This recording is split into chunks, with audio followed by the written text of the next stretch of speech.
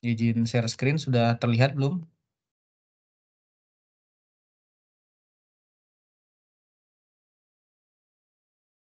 Sudah terlihat kah?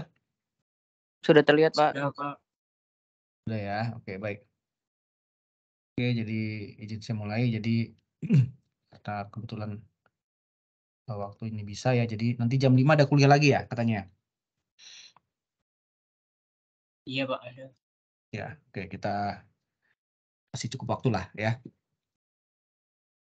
Oke, smart grid dan digitalisasi ketenagalistrikan. Izin saya mulai. Jadi ini sedikit pengingat aja ya. Ini kita ada 16 kali pertemuan. Sekarang masih pertemuan keempat ya kalau nggak salah ya.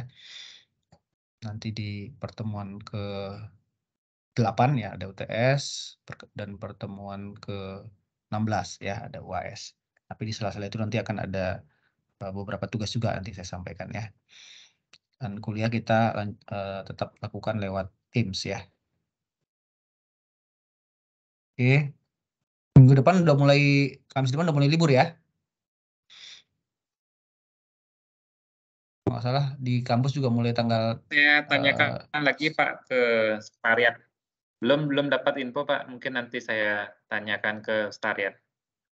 Ya, tolong diinfo lagi ya. Oke, baik. Baik Pak Dani. Oke, jadi untuk pertemuan kali ini topiknya mengenai AMI ya dan smart meter. Jadi yang pertemuan sebelumnya mengenai pengantar smart grid ya, berbagai aspek mengenai banyak hal. Mungkin sedikit ada yang saya ulas kembali untuk sebagai pengantar menuju ke AMI ini ya, Advanced Metering Infrastructure maupun Smart Meter. Nah, seperti dijelaskan sebelumnya ya, jadi kita saat ini sudah masuk ke revolusi industri yang keempat ya, di mana setiap revolusi industri punya ciri khasnya masing-masing ya. Yang pertama terkait dengan mesin yang pertama kali ada, yang kedua terkait dengan mengenai peralatan ke arah listrik ya. Ketiga sudah ke arah PLC logic dan keempat ini sudah ke arah digital ya, ke arah cyber dan physical system ya. Nah, semakin tinggi ya, semakin ke arah ke arah sini ya, semakin kompleks sistemnya ya. Nah, kita lanjutkan. Jadi ada 5 yang kemarin disrupsi atau ada sesuatu yang istilahnya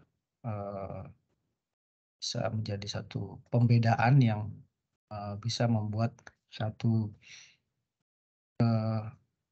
keruntuhan ya kalau tidak bisa beradaptasi ya, disruptif ya, yang terjadi di teknologi ya, khususnya di sisi utility ya. Pertama di sisi distribusi, sisi smart jaringan ya, jaringan cerdas maupun di sisi prosumernya ya. Nah, yang kita sekarang akan pelajari itu terkait dengan smart meter ya. Selain itu ada masalah renewable, energy storage, kemudian ada Internet of Things ya, dan electric vehicle juga ya. Nah, kita masuk ke topik apa yang nanti akan kita bahas terkait AMI ini ya. AMI ini adalah Advanced Meter Infrastructure ya, di mana nanti kita akan coba pelajari mengenai definisi, struktur dasarnya, benefitnya, kemudian komponennya termasuk smart meternya, ya, sistem komunikasi, kemudian beberapa pertimbangan dalam mendesainnya, kemudian jalan roadmap-nya, implementasi AMI, serta utilisasi dan representasi data ya. Kalau di sini dilihat kalau secara gambar, bagaimana kalau dari sisi utility atau dari sisi ketenagalistrikan dimulai dengan substation automation ya, SIS ya. Nah, kemudian di situ ada EMS ya atau Energy Management System. transmisi ya. Kemudian ada DMS ya, distribusi manajemen sistem, sama outage manajemen sistem. Si distribusi yang nanti dilengkapi diperkuat dengan GIS ya, atau geographical information system ya. Nah, di sini ada posisinya AMI ya, wireless AMI. Dan yang terhubung ke satu smart home ya. Nanti smart home itu sudah akan bisa diimplementasikan kalau sudah mengimplementasikan AMI ini ya, atau MI. Dan juga factory ya, kemudian juga ini jaringan distribusi untuk kalau kita kaitkan dengan microgrid ya, microgrid dan DER, distributed energy resources, termasuk juga misalnya ada PLTB ya di sini. Kemudian di sini ada network operating control-nya di sini ya. Nah, ada juga PMU, Pressure Management Unit, untuk kebutuhan WAMS ya, Wide Area Monitoring System gitu ya. Nah, ini yang kira-kira skala skemanya lah ya, di mana nanti salah satunya ini adalah populasi smart grid gitu ya. Di mana salah satu nanti ada wireless AMI ini ya. Jadi AMI ini bisa berbentuk wireless, bisa juga yang wired ya, tergantung situasinya gitu ya. Nah, apa aja komponen-komponen AMI ya, elemennya. Pertama, meter energinya ya, meter energinya yang sering kita sebut sebagai smart meter ya. Kemudian ada kanal komunikasi, jadi itu yang penting juga adalah link komunikasinya atau kanal komunikasi yang bisa untuk dua arah. Karena AMI ini sering disebut juga sebagai meter tuis ya. Nah, kemudian sistem IT-nya ya, termasuk data repositorinya ya. Jadi sistem IT menjadi satu pemegang peran penting di sini ya, karena nanti terkait dengan database online ya, untuk bisa memungkinkan untuk komunikasi dua arah tadi ya. Dan juga data-data repositorinya untuk metadata manajemennya. Nah, kemudian AMI ini mendukung seluruh siklus data meter ya, mulai dari akuisisi data sampai penyediaan akhir informasi konsumsi energi ke pelanggan akhir berupa profil beban ya. Nanti kita bisa tahu load profile kita seperti apa ya di rumah masing-masing. Kalau sudah ada AMI, nanti kita bisa cek trennya seperti apa gitu. Kita pakai beban itu paling banyak di mana, bisa nanti kan terlihat ya. Dan kemudian aplikasi IT tentunya ya, kan nanti semuanya akan bisa kita akses melalui laptop atau melalui smartphone kita. Di sini ada untuk proteksi revenue, demand response ya, atau outage management ya. Nah, ini contohnya satu DSO ya, distribution system operator ya, terkoneksi atau mengelola supply ya dari sisi transmisi ya. Kemudian di sini ada smart meter ya, yang menghubungkan jaringan dengan pelanggan ya. Nah, kalau di PLTS itu ada smart inverter ya. Nah, kemudian dilihat dari sisi customer data collection-nya ya, di sini ada electric meternya ya. Kemudian ini ada gas meter, ada water meter. Ini contoh-contoh untuk metering ya. Sisi customer data collection-nya bisa terkait dengan, jadi smart meter itu tidak hanya listrik, bisa juga untuk gas ya, di luar negeri gitu ya. Itu banyak pakai pipa gas ya. Itu dia ada gas meternya, maupun juga water juga seperti itu. Nah, di sini menggunakan link komunikasi komunikasi network-nya ya, bisa menggunakan BPL ya. bisa PLC, bisa radio ya, public network.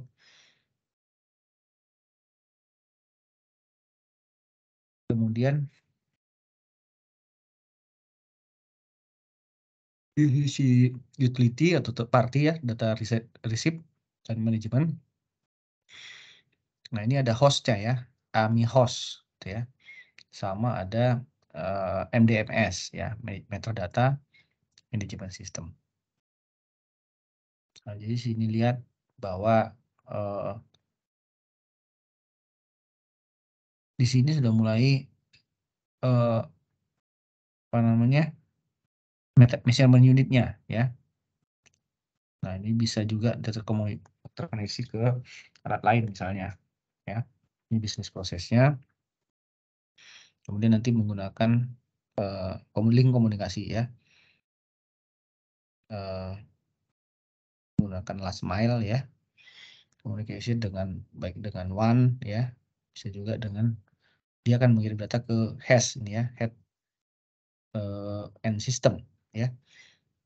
Dengan meter reading atau data management solution ya, dengan AMM maupun DM-nya, dan nanti akan diolah di aplikasi-aplikasi enterprise ya, seperti SAP dan sistem-sistem legasi lainnya.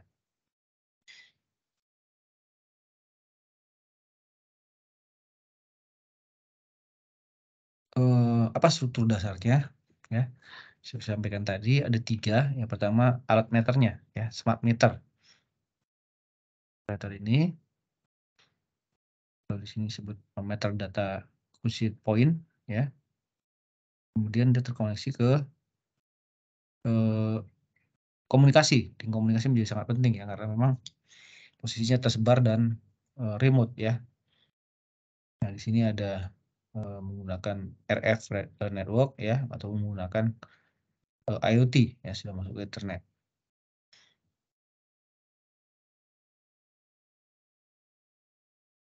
Kemudian di sini ada head end systemnya ya, menerima data-data dari jaringan tadi, lalu masuk ke MDM-nya ya. Di sini untuk pengolahan datanya, dia ada algoritmanya dan integrasinya ya ke MDM. Nah, ini contohnya untuk meter dan data processing point-nya. Ini menggunakan PLC ya, powerline communication ya, bisa menggunakan Modbus, bisa menggunakan GPRS, bisa menggunakan RF convey ya, dan terakhir itu menggunakan RF mesh ya, RF canopy dan RF mesh. Nah, ini untuk AMI strukturnya bahwa terdiri dari customer meter, ada network, dan ada CNI ya. Kemudian di sisi DBMS-nya, MDMS-nya, maksud kami MDMS, meter data management system, prosedurnya adalah configuration management, validasi estimation editing, execution management, data analysis dan reporting, data security dan audit trial, kemudian ada AMI function ya, baru masuk ke meter data repository ya, untuk penyimpanan datanya. Nah, nanti ini bisa terintegrasi dengan pelayanan-pelayanan yang lain ya, untuk kebutuhan aplikasinya ya, untuk billing, kemudian master data, bisa juga untuk connect disconnect ya, mau tahu apa namanya, ada suatu gangguan atau misalnya harus diputus ya, bisa dikonek secara jarak jauh ya. Kemudian di sisi analisanya seperti apa, kemudian untuk analitik ya, customer portal, load forecasting, bisa energi accounting, load management, process management, load metering ya. Di sebenarnya data-data ini yang akan diakuisisi ya, diperoleh dari sistem AMI ini ya. Banyak sekali manfaatnya ya.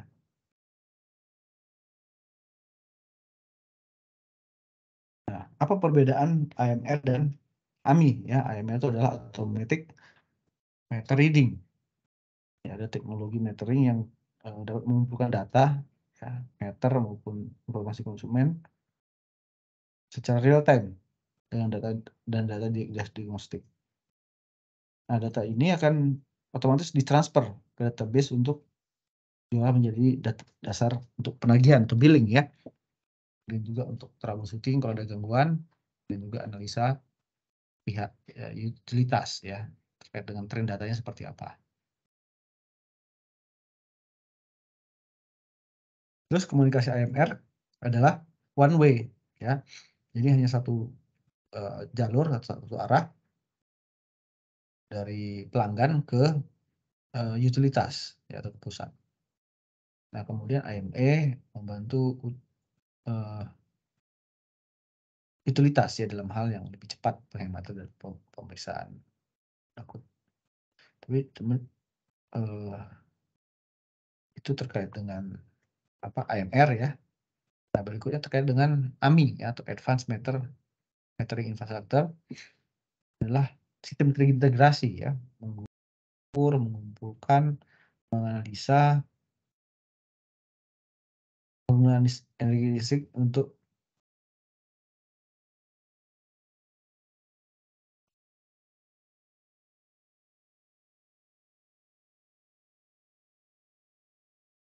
kemudian AMI ya tadi mengumpulkan penggunaan energi ya, seperti tadi disampaikan bisa listrik, gas, atau meter air ya.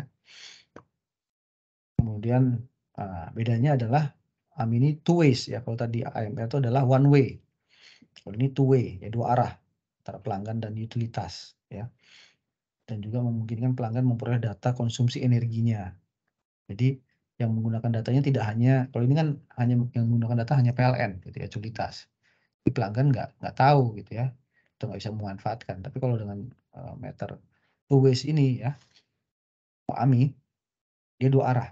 Mungkin pelanggan memperoleh data konsumsinya, listriknya, mungkin mematikan lampu dari jarak jauh dan demand side management.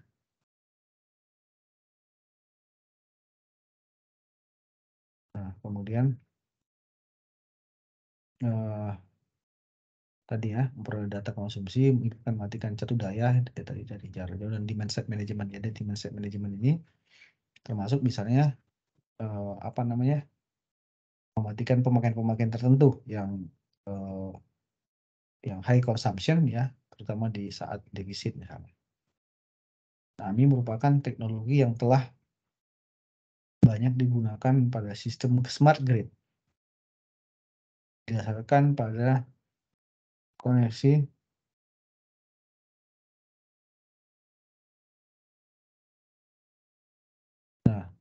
jadi ini merupakan teknologi yang digunakan pada smart grid ya, banyak sudah mulai ini ya, khususnya di sisi distribusi ya.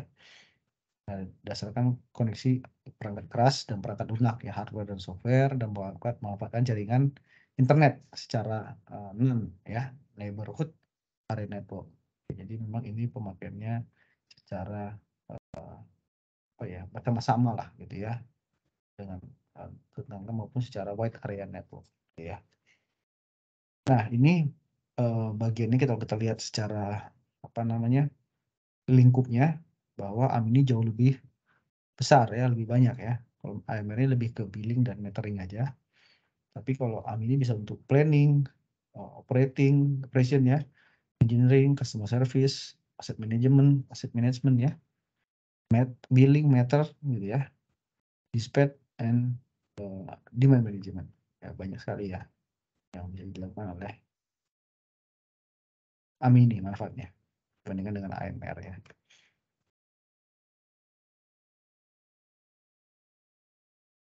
Nah, tren sistem smart meter saat ini ya, kita lihat bahwa awalnya itu smart meter system itu, jadi AMR ini sebenarnya sudah masuk smart meter ya.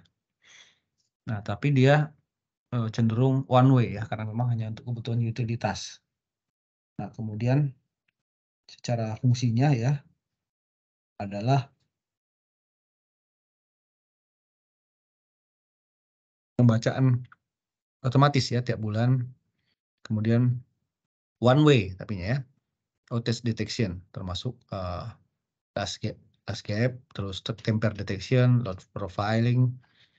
Kemudian di sisi stakeholder-nya ya adalah customer dan external stakeholder, data reading, customer service dan field service, serta billing, accounting, dan collection.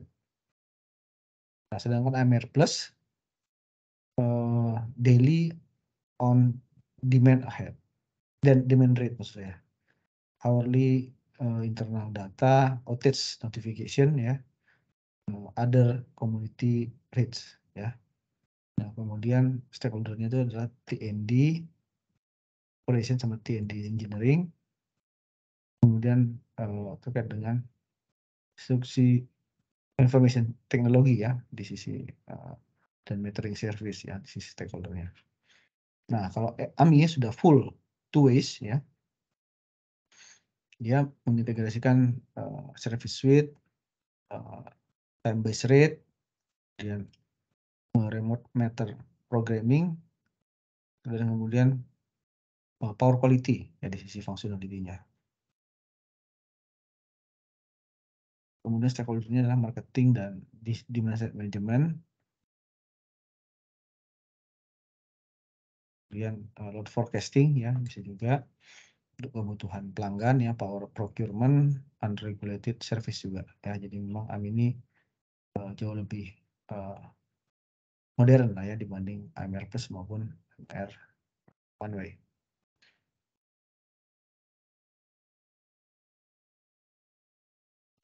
Manfaat-manfaat dari AMI. Nah, manfaat dari AMI ini, manfaat utamanya adalah penggunaan energi yang optimal oleh provider ya dan pelanggan berdasarkan informasi dari AMI tersebut ya. Kemudian informasinya hampir real time ya. Fitur demand pada back response.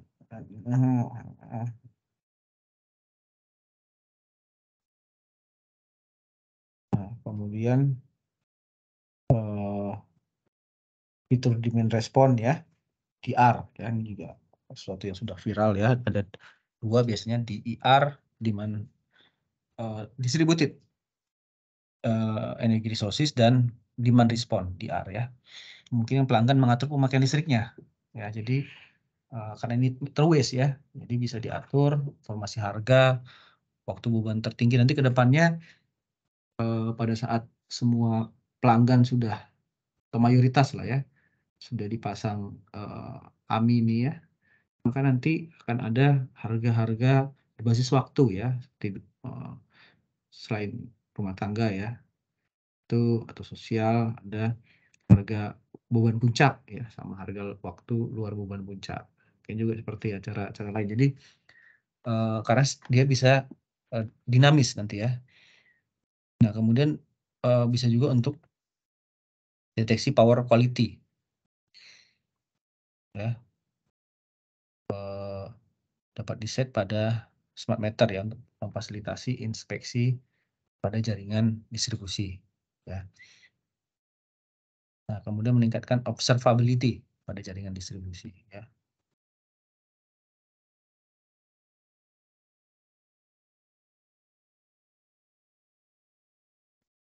Halo, suara saya cukup jelas, rekan-rekan? Halo?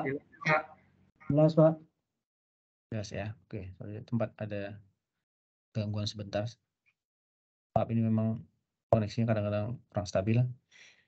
Nah, kemudian meningkatkan security dan deteksi manipulasi atau istilah tempering ya pada alat. Kemudian meningkatkan efisiensi penanganan fault dan outage. Kemudian mengurangi unaccounted energy. Kemudian pengiriman data pelanggan lebih efisien ya berdasarkan informasi baseline dari pelanggan ya. Nah, kemudian manfaat tambahannya apa untuk energi terbarukan ya, karena nanti salah satu persyaratan ya ke depannya itu untuk bisa terkoneksi PV rooftop adalah dia harus sudah bisa implementasikan AMI ini ya, method to waste. Ya. Kemudian berbagai program tarif baru dapat diterapkan ke pelanggan ya, karena dia sifatnya dua arah. Dan penggunaan dan manajemen EV ya. Dan terakhir itu advanced distribution automation ya, atau ada ya.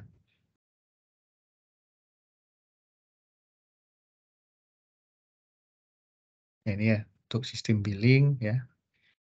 Kemudian untuk aplikasinya ya DAMS ya.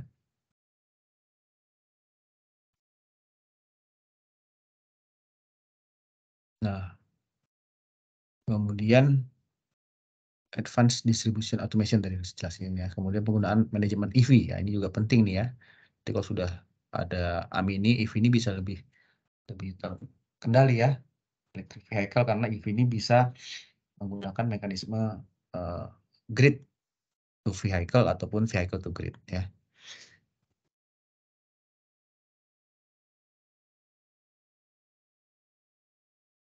Nah, kemudian manfaat AMI ya, grid ya, untuk distribution operation ya, masalah outage management ya, di mana nanti itu bisa dengan jelas bisa disampaikan ke pelanggan ya, kapan ada pemeliharaan macam-macam ya. Kemudian juga ada overload prevention ya, kemudian ada CVR ya, ada phase balancing ya, dari sisi grid ya, dan non technical loss localization ya, kalau misalnya ada terindikasi ya ada non technical loss, kemudian event correlation ya, kemudian deployment halt ya. Nah, untuk sistem planning di device capacity planning ya, kemudian device lifetime management, EV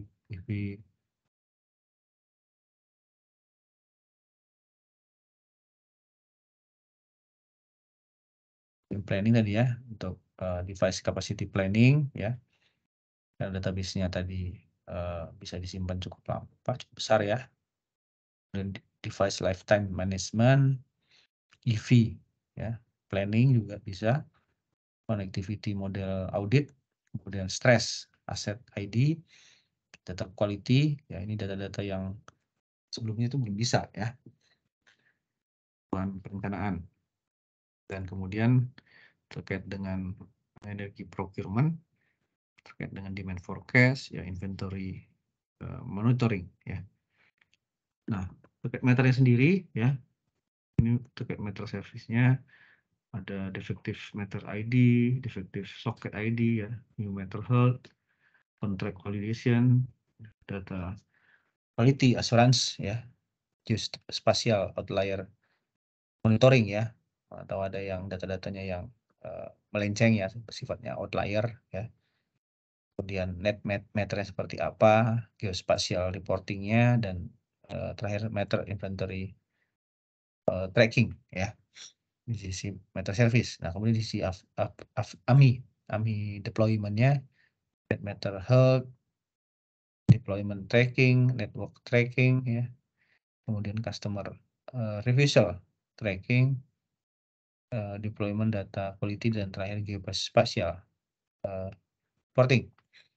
Nah, terkait customer itu bisa diketahui high bill prioritization-nya seperti apa, low bill juga seperti itu, stop meternya juga bisa ya, slow consumption nanti bisa diketahui juga, terus diagnostic prioritization ya, kemudian account billing prioritization, kemudian rate analysis bisa nanti kelihatan nanti ya di sisi aplikasi ya, kemudian bill cycle monitoring-nya, consumption reporting, settlement reporting ya. Nah, untuk call center juga ya, bisa untuk high bill customer benchmark, kemudian account reporting ya. Si safety tadi ya, kalau misalnya ada kebocoran atau gas leak atau water leak atau meternya overheat bisa diketahui nanti ya, bisa dideteksi lah. Kemudian terkait demand response ya, energi efisiensi. Ini juga terkait dengan bagaimana partisipasi pelanggan ya bila terjadi untuk meningkatkan efisiensi ya maupun respon pelanggan ya, respon dari beban. Jadi termasuk program customer targeting, load disaggregation, kemudian behavior program analytic, kemudian geospatial reporting ya, kemudian customer usage reporting, kemudian program efisiensi, auditing ya, regulatory, call building reporting, dan predictive load ya. Ini dari sisi demand response ya, DR ya. Nah, kemudian di sisi operation-nya ada resource planning prioritization, kemudian account transition monitoring ya. Nah, kemudian dari sisi revenue ya, protection ya, terkait identifikasi bypass diversion ya, untuk hal-hal yang terkait dengan non teknis lah ya, loss, kemudian identifying meter swap, meter tampering ya, smart meter deployment theft ya, jadi ini terkait security lah ya terhadap pencurian listrik ya, atau istilahnya non technical losses ya. Nah, kemudian operation-nya unbilled sales reporting, forecast maupun development. Ini kira-kira ya tempatnya. Nah, kita masuk ke smart meternya sendiri ya. Jadi tadi seperti sampaikan ada 3 komponen ya. Pertama masalah alatnya smart meter, yang kedua masalah masalah link komunikasi, dan ketiga masalah IT. Masuk ke smart meternya. Jadi KWH meter pada dasarnya hanya membaca arus dan tegangan ya melalui CT, PT, dan mendeteksi sudut pasang. Ini juga dari arus dan tegangan itu aja ya. Nah, kemudian besaran kelistrikan lainnya adalah formula hasil perkalian VI dan sudut fasa ya, hukum Kirchhoff lah ya, bisa menghasilkan daya ya, aktif maupun reaktif gitu ya. Kemudian akurasi dari pembacaan meter ditentukan oleh akurasi respons frekuensi dari CT, PT, serta akurasi resolusi dari komponen DC ya. Nah, kemudian perkembangan teknologi mikroprosesor yang memungkinkan kecepatan pemrosesan data yang tinggi ya, berbagai macam besaran kelistrikan.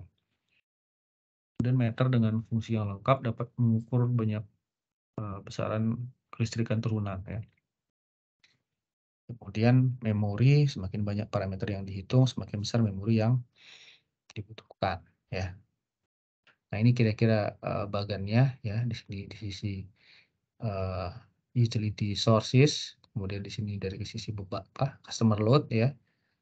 Nah, di sini bisa terlihat dari arus dan tegangan tadi ya disampaikan, kemudian bisa menghasilkan pertama dengan metrologi ya, pengukuran pemakaian ya, kemudian masalah register ya, power supply, kemudian komunikasi ya, communication, HAN-nya ya. Dan di sini sisi ada liquid crystal display-nya ya. Ini kira-kira contoh untuk yang Itron smart meternya, ada microcontroller, ada termasuk flash memory, ada RAM-nya ya, RTC untuk link komunikasi ya, kira-kira seperti itu ya. Ini ada ADC juga ya, ada analog to digital conversion. Nah, kemudian ini alatnya tadi ya, ada tampilannya LCD, ada EEPROM-nya untuk konversi ya, untuk analog digitalnya, dan untuk sisi komunikasinya, ini sisi transducernya ya, dan ini sisi power supply-nya ya. Nah, jadi key komponen itu adalah si metrologi ya, perhitungan energi ya, ukuran CT-nya, CPU untuk memori, baterai, untuk power supply-nya, display, interface-nya ya, untuk kemudian komunikasi dan LCD switch maupun surge suppression ya. Jadi 3 fitur utama membedakan smart meter dengan metering standar adalah memiliki modul komunikasi, itu ya, terhubung ataupun tertanam ya. Jadi bisa jadi dia sifatnya add-on ataupun sudah embedded gitu ya, untuk mengirim data meter secara otomatis. Mampu memonitor pengukuran secara real time ya, yang dapat menyesuaikan dengan beberapa mode pengukuran. Kemudian memiliki kemampuan untuk memutus atau menghubungkan beban secara remote ya. Jadi remote switching ya, untuk menyediakan demand side management. Nah, ini nanti pentingnya untuk demand side management ya.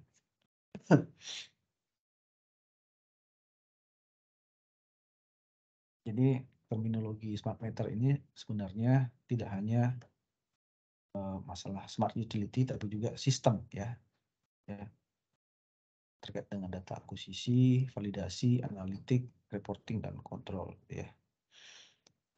Nah di sini ada feedback dan acknowledge, penting ya untuk komunikasi dua arah ya, di antara sender, receiver, dan nanti ada feedbacknya kira-kira gitu. Nah kemudian ini kira-kira apa saja yang diukur terkait formula perhitungan besaran listrik. Ada besaran tadi kan sampaikan cuman arus dan tegangan ya, RMS ya, root mean square-nya. Kemudian active power ya, bahkan hasil hitungan ya antara arus dan sudut ya. Kemudian ada di sisi harmonics ya, untuk power quality ya. Jadi nilai bacaan dari CTPT diturunkan sesuai dengan rasionya oleh ADC ya, analog digital conversion, menjadi dari analog ke digital ya, diproses oleh CPU dengan formula-formula. Kemudian perhitungan menjadi lebih kompleks ya untuk perhitungan power quality, kan tidak ada perhitungan RMS. Tidak hanya perhitungan RMS tapi juga bentuk gelombang ya, lalu samping juga sampling data per cycle-nya, windowing dan filtering dan lain-lain ya untuk kebutuhan power quality.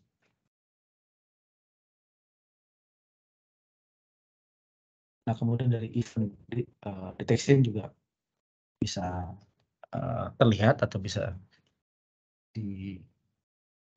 menggunakan smart meter ini ya. Jadi kalau misalnya ada transient over voltage misalnya, itu dia bisa mendeteksi ini ya,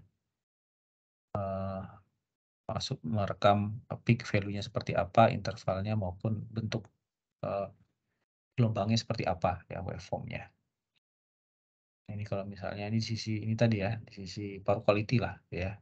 Jadi kalau ada voltage swell ya, voltage dip maupun interruption ya, ini akan terlihat ya, gimana kalau ada over voltage maupun ada under voltage ya di pelanggan, itu bisa terlihat ya. Jadi menggunakan ini, jadi bisa semacam PQM juga ya, power quality meter nanti fungsinya untuk smart meter ini. Jadi pada meter yang memiliki fitur power quality ya, dan tidak hanya berupa angka tapi juga berupa gelombang ya, bisa melihat over atau under voltage ya, transient over voltage maupun event tertentu yang didefinisikan sebagai threshold ya. Dan ini bekerja hanya ketika event trigger ya, jika ada satu batasan yang ditentukan sensingnya, kalau sudah terlewati maka dia akan merekam, kira-kira gitu. Nah ini standar-standar yang digunakan ya untuk meter. Ada SNI IEC 6205 ya, 4145-nya untuk meter listrik sistem pembayaran, kemudian untuk meter listrik pertukaran data yaitu di IEC 62056, untuk peralatan meter untuk inspeksi penerimaan di 62058, kemudian untuk standar transfer specification ya untuk meter statik di RSNI 8905 8 ya 2020. Kemudian IEC 62053 untuk peralatan meter listrik untuk persyaratan khusus. Kemudian IEC 62052 untuk peralatan meter listrik persyaratan umum pengujian dan kondisi pengujian ya. Nah, ada juga SPLN-nya ya. Jadi ini SNI yang diterbitkan oleh pemerintah. Kalau SPLN itu diterbitkan oleh PLN ya, standar PLN D3009 2010 ya tentang meter statik ya, aktif satu tunggal prabayar dengan sistem transfer specification ya, STS tadi ya. Nah, ini ruang lingkup persyaratan teknis dan pengujian ya, menggunakan sistem STS satu arah dan tarif flat ya. Nah, ini pengujian-pengujiannya, pengujian isolasi, akurasi dan sebagainya ya. Nah, ini IEC 62056 ya.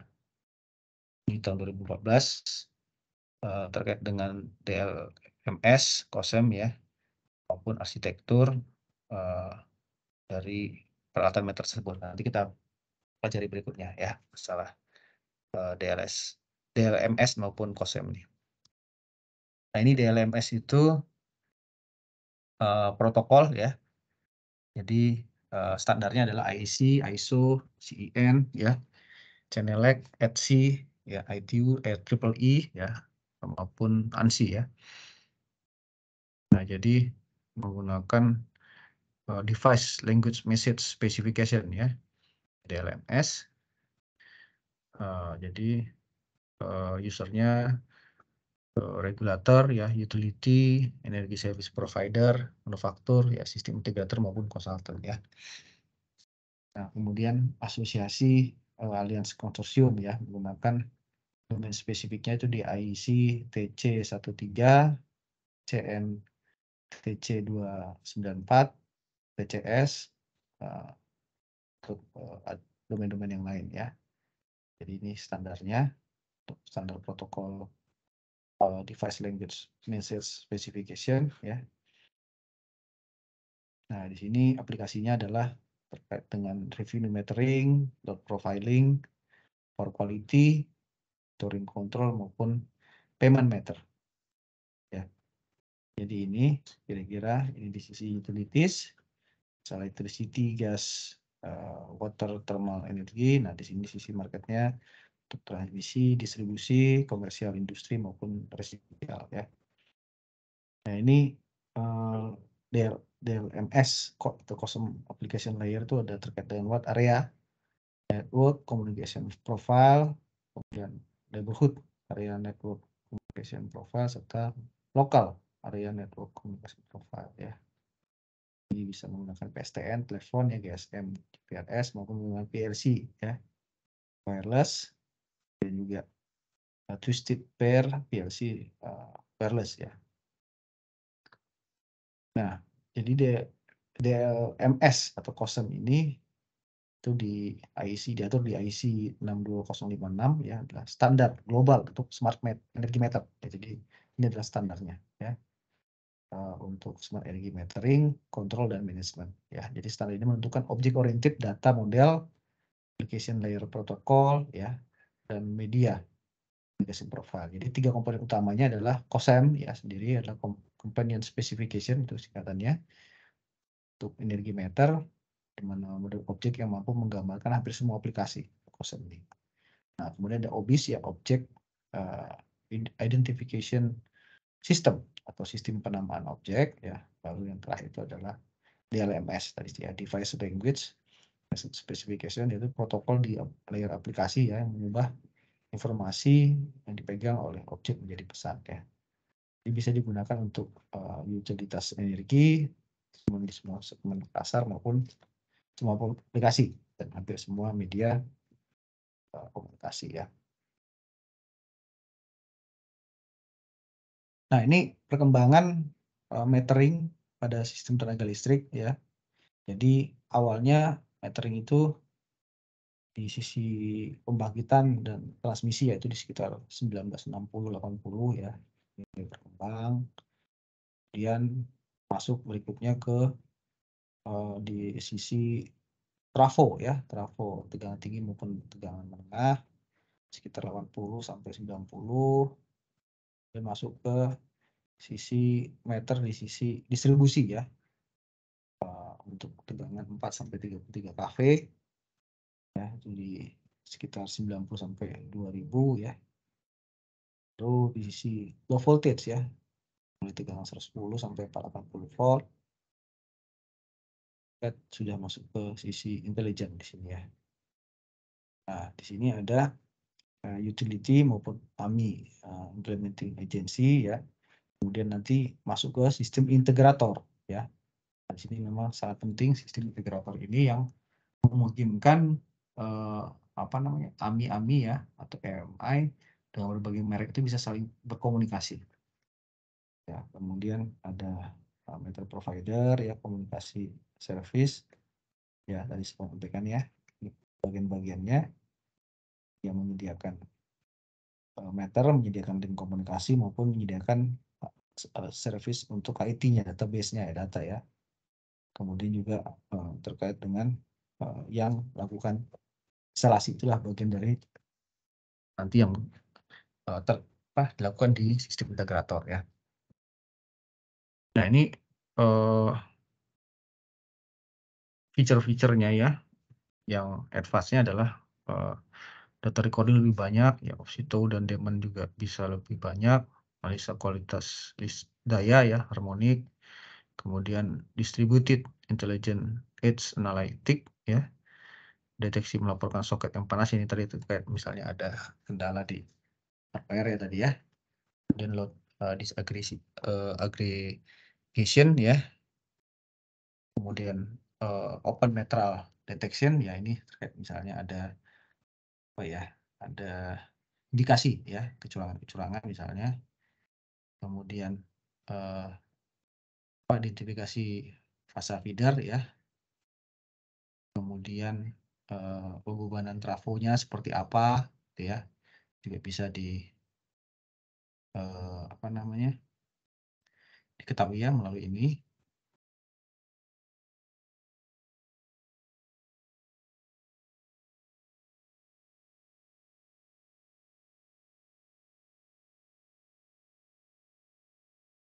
Kemudian field intelligence ya untuk pemulihan restorasi ini sudah mengarah ke tadi mendeteksi melaporkan outage ya, bisa juga ya, misalnya ada gangguan di sisi pelanggan atau di sisi jaringan ya, bisa dapat segera diketahui. Kemudian juga di sisi field intelligence ya, nanti akan mengarah dengan menggunakan AI misalnya ya. Nah, pertimbangan dari sisi komunikasi, nah ini komunikasi menjadi sangat penting sebenarnya. Jadi lebih rumit sebenarnya di sisi komunikasi daripada sisi meternya ya, karena memang kita bicara untuk lokasi-lokasi yang remote ya, atau bukan remote ya, tersebar lah, scattered ya, scattered yang dengan berbagai kondisi di sana ya, ada yang tersedia link komunikasi FO misalnya, ada yang tidak ya, dan mungkin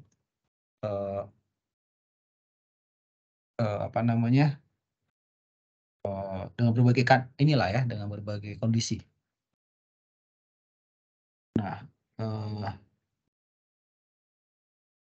kemudian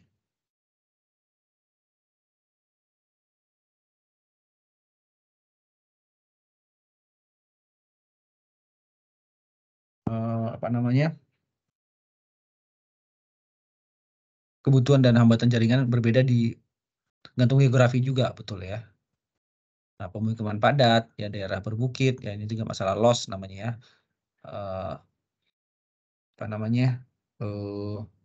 Line of sight ya. Kemudian masalah dari sisi hutan, vegetasinya sangat tergantung geografi lah ya. Kemudian performanya, bandwidth-nya ya, latensi, rendamannya, reliability, yang sisi keandalan, security maupun availability-nya. Jadi terhadap biaya ya. Coba nanti akan diukur berdasarkan cost-nya seperti apa ya. Nah, kemudian teknologi komunikasi yang dipilih juga nanti menyesuaikan ya sesuai dengan geografinya dan kebutuhan biaya gitu ya.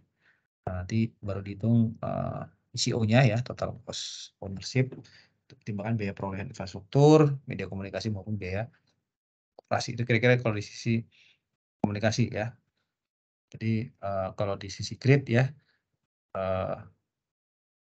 kebutuhan distribusi automation-nya, masalah relay, IED ya, masalah substation monitoring ya, AMI sendiri, kemudian demand response. Nah, ini kira-kira pembagiannya untuk kebutuhan bandwidth ya, latency, reliability maupun security-nya ya. Jadi kalau distribution automation yaitu di sekitar low high antara bandwidth-nya 9 sampai 100 kbps ya. Dengan latensi itu antara 15 sampai 100 milisecond ya. Nah, kemudian reliability-nya harus high ya. Nah, kalau di sisi substation monitoring juga low high, tadi kan low medium nih, low high ya, harus antara 9,6 sampai 1 Mbps ya. Nah, kalau latensinya strict medium ya, antara 15 sampai 1 second. Antara reliability-nya high di atas 99,9. Nah, sementara kalau AMI-nya sendiri smart meter itu low medium ya, antara 9,6 sampai 100 kbps, biar redamannya juga antara 1 sampai 10 second ya, lebih besar ya. Kemudian low medium tuh reliability-nya ya. Dan untuk demand response dia juga low medium, kemudian demand response-nya medium loss ya, terus dan juga reliability-nya low medium gitu ya. Nah, ini di sisi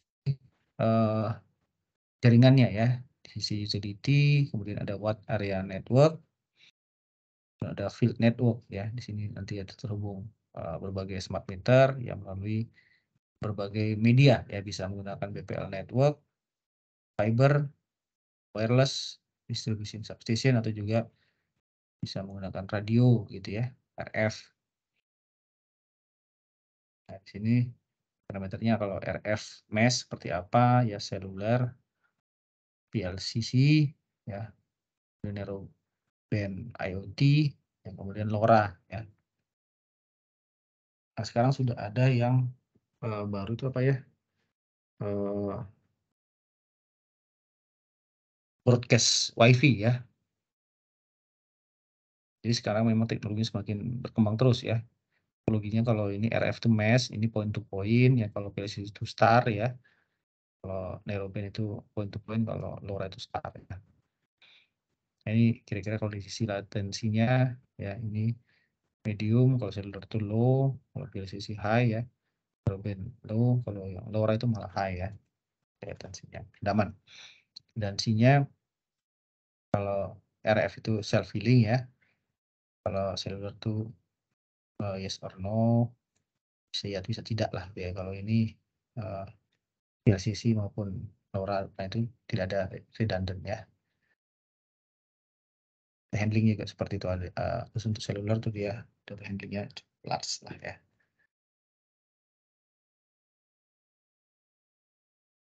Nah, format dalam dan urutan pengiriman data ya. Ini kira-kira formatnya ya, di sisi business office terminalnya, metering control server. Ini berbagai wireless method ya, tadi disampaikan tadi ya. Bisa menggunakan apa namanya tadi, radio ya, bisa menggunakan seluler, bisa menggunakan optik ya, dan berbagai apa namanya, pilihan-pilihan lain lah gitu ya.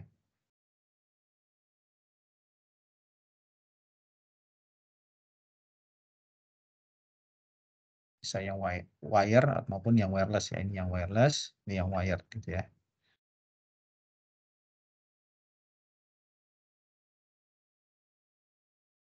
Jadi ada masing-masing apa namanya, connection gateway-nya ya.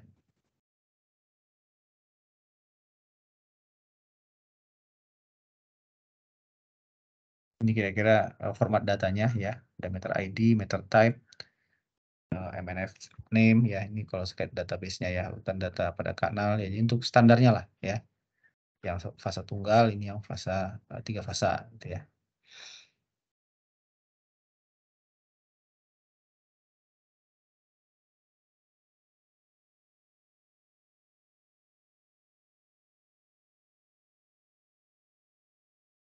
Nah, ini kalau interval pembacaan datanya ya, kalau residensial itu biasanya paling banyak itu 1 hari ya, kalau yang komersial itu 15 menit, paling besar itu industrial itu per 15 menit 90%. Jadi memang intensitasnya itu paling tinggi itu adalah industri, ya baru kemudian komersial dan juga baru residensial. Jadi nanti ini akan mempengaruhi sistem komunikasi apa nanti yang akan dipilih ya. Karena residensial ini ya jumlahnya jauh lebih banyak ya, tapi bebannya kecil-kecil ya. Sementara komersial itu lebih sedikit ya dibanding residensial, tapi bebannya besar. Industri lebih sedikit lagi tapi bebannya jauh lebih besar. Jadi komunikasinya memang harus lebih andal yang industri, baru komersial, baru residensial, kira-kira gitu ya.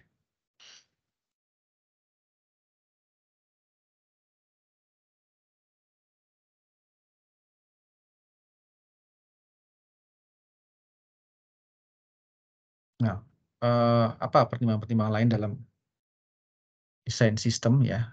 Data apa saja yang akan diambil ya dengan smart meter?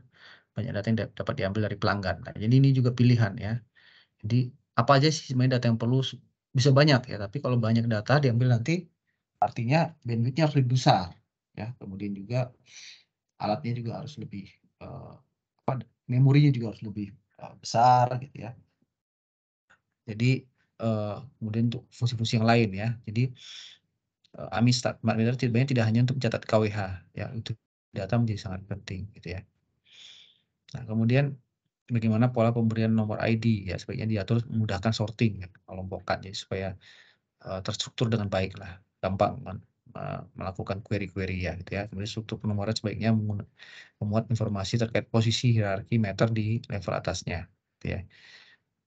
Ini pemberian kode pada meter pembangkit IT ya, ini juga yang kalau dia energi terbarukan ya, khusus dikasih kode khusus ya, dan memudahkan monitoring energi dari sisi sumber IT ya, contohnya seperti PV rooftop gitu ya, membuat transmisi IT lebih real gitu ya. Bagaimana pembelian meter di pelanggan yang berbeda, jenis meter ya, harga akan menentukan banyaknya data yang akan diambil. Nah, formatnya sudah ada standarisasi keseragaman data format yang akan diambil. Desain agar memudahkan pemrosesan. Tadi sudah ada standar-standarnya ya. Nah, ini jalan menuju implementasi AMI ya, roadmap-nya ya. Jadi awal itu tugas mencatat meter KWH, kemudian makanya menggunakan AMR ya, kemudian aplikasi catat meter, kemudian masuk ke billing ya, dan payment system. Nanti di ujung-ujungnya ada ERP ya, atau SAP gitu ya. Nah, di sini kantor distribusi, ada server AMR ya, server AMR ya di sini ya, untuk topologi kelistrikan di AMR saat ini gitu ya. Nah, ini kalau berbasis AMI ya, contohnya sudah ada diimplementasikan di PLN Batam nih ya. Nah, ini apa namanya? Kita lihat ini dari kantor unit, ya, kemudian kantor pusat, call center, ini dari rumah-rumah ya, ada smart meter, menggunakan berbagai link komunikasi ya, ada menggunakan operator ya, selular, GPRS ya, ataupun 3G, 4G ya,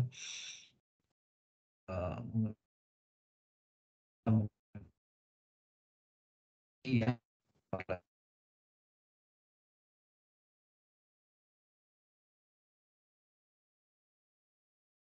juga ya radio ya, RF mesh, dan masuk ke ya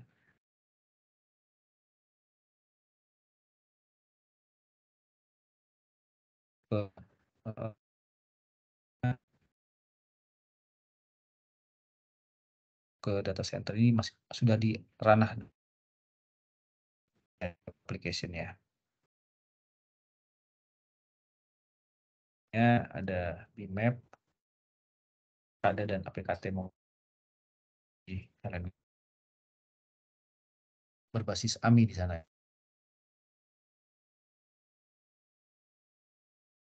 lulus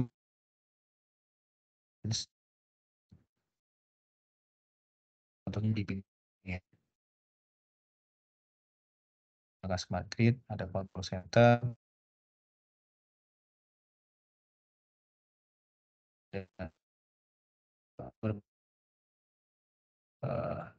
PlayStation ya, ada TV, ada SPKLU gitu ya, ataupun ada apa namanya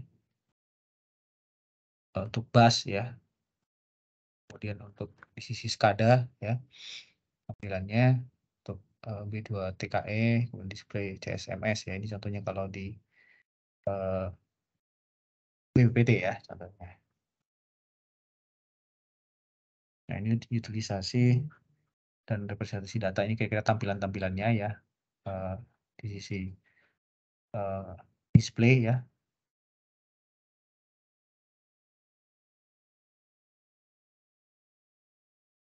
Bisa mengambil load analysis, load forecast, load management, sama outage management ya. Nah ini sebagai penutup, jadi sekali lagi sampaikan ada 3 aspek penting ya implementasi API itu masalah meternya, jaringan, link komunikasi maupun sistem IT. Jadi smart meter memungkinkan pembacaan KWH lebih cepat ya, akurat dan memiliki banyak fitur tambahan yang dapat membantu pengoperasian jaringan lebih baik ya. Kemudian selain desain struktur jaringan, ya desain IT yang komprehensif juga sangat dibutuhkan untuk efektivitas AMI ini ya. Jadi termasuk pendefinisian struktur data, topologi, dan konfigurasi meter ya. Jadi peran industri dalam negeri juga dipertimbangkan. Jadi memang kalau di PNS sendiri, AMI ini sedang proses pengembangan terus ya. Tidak ada roadmap-nya di PLN dan sudah apa namanya sudah dilakukan POC kemarin tuh ya, proof of concept gitu ya. Dan juga nanti ini bagian dari beyond KWH kalau di PLN ya. Jadi nanti selain untuk kebutuhan metering bisa juga untuk kebutuhan lain ya, termasuk internet provider juga nantinya bisa lewat situ ya. Nah, kemudian tadi masalah DER ya, DR ya, demand response ya, DR. Masuk juga kalau ada yang distributed energy resources ya, termasuk yang PV rooftop dan sebagainya. Jadi memang banyak ya, termasuk tadi yang ditekankan di sini masalah TKDN ya, peran industri dalam negeri. Jadi memang salah satunya kita mengencourage ya industri dalam negeri bisa memproduksi smart meter sendiri, termasuk dengan peralatan-peralatan pendukungnya ya, termasuk HES, MDM dan sebagainya. Nah kira-kira seperti itu mungkin materi hari ini. Ingat jam juga sudah hampir jam 5 ya. Ada pertanyaan rekan-rekan sampai di sini? Mohon izin bertanya Pak Dani. Silakan. Ya, terima kasih banyak. Materi hari ini terkait AMI ya, sangat menarik sekali. Jadi ingin saya sampaikan begini Mbak, setiap kita ada di PLN, biasanya setiap ada migrasi teknologi yang mengarah ke yang lebih baik gitu kan, yang dari AMR ke AMI, yang jadi kendala biasanya di saat transisi itu Pak, apa namanya, dari migrasi teknologi lama ke yang baru, apakah kita sudah siap infrastruktur atau apa namanya, terkait data yang tadi disampaikan itu ID pelanggan gitu kan ya, supaya migrasinya ini berjalan dengan lancar, artinya perpindahannya itu ya, perpindahan data supaya apa namanya, tidak tercecer lah istilahnya. Karena yang dulu-dulu pernah saya mengikuti lah dari yang sebelum ada AP2T itu ya, aplikasi pelayanan pelanggan terpusat. Jadi masih pakai sistem tool, tata usaha langganan. Nah, dari sistem tool itu dibawa ke AP2T, memang itu yang tadi disampaikan oleh Pak Dani kan terkait ID pelanggan, seperti itulah, atau aset, ya kan, aset KWH meter di pelanggan gitu. Jadi kesulitannya banyak di sana, Pak. Kesulitan awalnya ya, memigrasikan data yang besar, apalagi data pelanggan PLN seluruh Indonesia. Nah, tadi disampaikan kalau sudah ada pilot project-nya di PLN Batam, menurut saya itu sangat bagus. Artinya kita jangan roll out seluruh Indonesia dulu, sebaiknya kita membuat pilot project gitu kan, karena ini datanya kan sangat besar. Apakah infrastruktur yang dipunyai oleh PLN ini sudah siap apa belum gitu kan?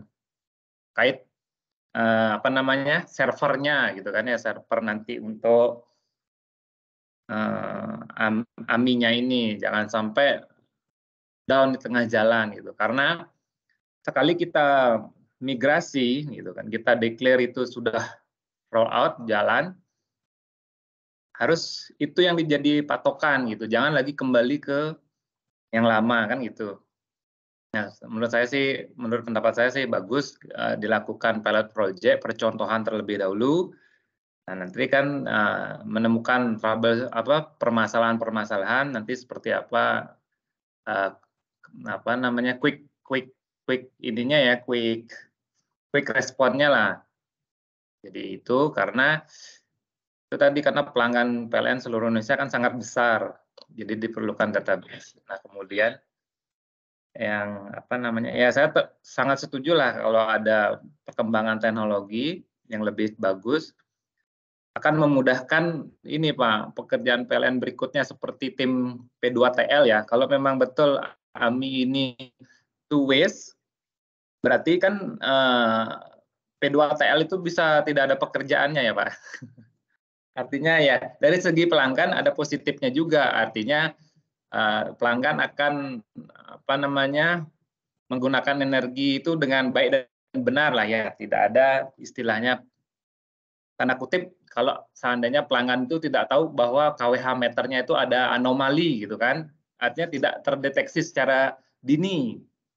Jadi nanti kalau misalkan ada petugas PLN yang apa namanya datang P2TL itu kan pelanggan kan tidak tahu, yang selama ini kan pelanggan tidak tahu ada anomali ternyata di KWH meternya. Nah, kalau dengan two ways, pelanggan kan tadi Bapak sampaikan bisa apa namanya memantau ya, memonitor juga pemakaian listriknya kan seperti itu. Artinya bagus Pak menurut saya. Mungkin itu aja Pak Dhani, mohon bimbingannya juga bagaimana, apakah PLN sudah siap terkait infrastruktur AMI-nya ini Pak. Terima kasih, selamat sore.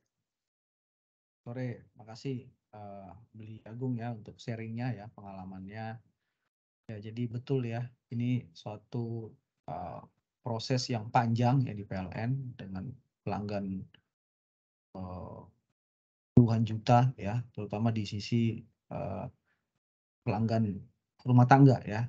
Mungkin kalau pelanggan industri atau komersial mungkin masih bisa dihandle lah ya. Tapi kalau sudah masuk ke pelanggan rumah tangga, nah tadi harus dihitung tuh masalah antara cost-nya ya dengan benefit-nya ya. Karena memang jumlahnya sangat banyak dan nanti metode-metode komunikasinya seperti apa yang dipilih ya. Termasuk juga tadi ya yang perlu segera dipastikan masalah proof of concept standar meternya ya. Ini jangan sampai terulang lagi meter-meter prabayar ini ya. Dulu itu kan karena ngejar target ya, jadi seleksinya kurang gitu ya, sehingga standarnya kurang begitu jelas karena ngejar target prabayar, sehingga dampaknya baru terasa kemudian ya, ada yang apa namanya bisa mudah dihack gitu ya, atau yang tidak mengukur gitu ya. Banyak sekali ya kasus-kasus seperti itu ya, merek-merek tertentu yang istilahnya ada defect-nya atau ada cacatnya gitu ya. Nah ini juga di semua aspek tadi, di 3 aspek tadi itu ya, di sisi meter, di sisi infrastruktur komunikasi maupun di sisi IT-nya itu harus benar-benar proven ya. Nah itu makanya kan ada khusus ya, kalau di PLN itu ada apa namanya transformasinya ya, ada apa namanya inisiatif strategis ya khusus untuk AMI ini ya. Nah ini melibatkan berbagai pihak ya, dari sisi Icon ya sebagai penyedia infrastrukturnya ya, dari sisi tim STI ya, kan standarnya, kemudian distribusi juga Pusditbang ya, banyak pihak yang terlibat ya. Nah, tinggal nanti dibuat roadmap-nya tadi ya yang paling pas supaya ini bisa berjalan dengan baik dan berdaya guna ya untuk pelanggan maupun untuk PLN ya. Sebenarnya sih sudah cukup baik ya, kita sudah punya aplikasi PLN mobile ya, yang nanti bisa menjadi salah satu interface-nya ya, nanti bisa dikembangkan untuk kebutuhan interface ya, Amini ya. Kemudian di sisi pelanggan tadi ya bisa di edukasi juga ya masalah tadi itu ya. Kadang sebenarnya secara aplikasi Amini banyak yang bisa diperoleh ya, termasuk tadi ya misalnya ada kendala-kendala atau anomali di sisi peralatan itu bisa terdeteksi sebenarnya. Nah, hal seperti itu jadi memang bisa mengurangi kebutuhan untuk cetak meter maupun kebutuhan untuk tadi ya tim P2TL dan sebagainya. Meskipun tetap perlu ada random cek juga ya. Nah, tapi betul ya tadi makanya ini sudah ditentukan sebenarnya sama tim ya, sambil meninjau teknologi terbaru karena teknologi pun berkembang terus ya. Ya, dan sambil diperbarui lah. Jadi memang seperti itu perkembangan ke depannya, termasuk juga nanti kalau sudah semakin berkembangnya rooftop. Ini juga menjadi salah satu titik concern nantinya ya. Bagaimana mekanismenya termasuk nanti peraturan pemerintahnya seperti apa ya masalah rooftop. Jadi memang masih semuanya masih banyak dinamikanya lah ya, masih banyak dinamikanya. Jadi masih belum ada sesuatu yang firm lah masalah ini. Jadi masih terus dikembangkan. Tetapi tentunya ada roadmap-nya sehingga ada progres dan targetnya lah ya untuk implementasinya. Ya saya setuju pada dasarnya tadi dengan disampaikan oleh Beli Agung ya dengan berbagai pengalaman-pengalaman sebelumnya ya. Migrasi aplikasi ya dari tool ya ke AP2T ya, kemudian juga dari meter analog ke meter prabayar, nanti ini meter prabayar ke meter two ways ya. Kemudian di sisi aplikasi juga sudah ada PLN mobile gitu ya. Yang seharusnya bisa menjadi platform utama lah nantinya ya dengan berbagai tambahan-tambahan fitur lainnya gitu ya. Karena sekarang masyarakat sudah mulai familiar ya dengan PLN mobile. Nah, nanti masalah link komunikasinya nanti dilihat lagi ya. Mana nih link komunikasi yang paling efektif dan efisien ya untuk pelanggan-pelanggan tadi ya, sangat tergantung dengan geografisnya ya. Apakah lebih efektif dengan menggunakan misalnya wireless gitu ya. Di satu titik menggunakan optik kemudian menggunakan broadcast WiFi misalnya atau menggunakan RF ya radio atau menggunakan seluler, menggunakan optik langsung itu kembali lagi semuanya melihat geografis masing-masing ya nanti. Tapi prinsipnya itu sudah sedang disusun lah standarnya, termasuk masih dilakukan POC ya, proof of concept untuk beberapa infrastruktur yang memang perlu ada standarnya. Saya rasa itu ya rekan-rekan untuk kuliah kita sore ini sudah mau menjelang jam 5 juga ya, nanti biar teman-teman juga siap-siap untuk kuliah berikutnya. Kuliah apa nanti berikutnya? Sumber energi Pak dari Nah, Pak Andi Makulau. Yeah. Oh, Terima ya, kasih banyak Pak ya. Dani. Ya, makasih ya. Jadi teman-teman nanti kita lanjut lagi kalau masih nanti saya coba cek lagi apakah masih perlu kita dalami lagi masalah smart meter Amini ya karena memang ini sesuatu yang menjadi masa depannya PLN maupun masa depannya pelanggan nanti ke depannya. Nanti kita coba banyak diskusi untuk terkait hal ini. Sama nanti tolong dicek ya Beli Agung ya. Kalau menurut informasi dari email yang saya terima sih mulai 19 sudah libur ya. Artinya kalau 19 kan nanti sudah mulai Kamis depan ya. Nah, tapi nanti coba dipastikan lagi. Di Anjungan tanggal 17 Pak Dani sudah mulai libur. Malah. Oh, 17. Artinya sudah mulai Senin ya. Udah. Dari ya. Gitu. Ya udah kalau gitu terima kasih sampai banyak. Tanggal berapa tuh liburnya? Sebentar tadi tanggal berapa ya teman-teman ya? 28 ya kalau nggak salah ya. Nanti tanggal 1 masuk lagi ya.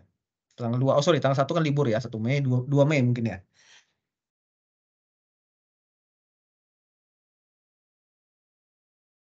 nggak salah seperti itu.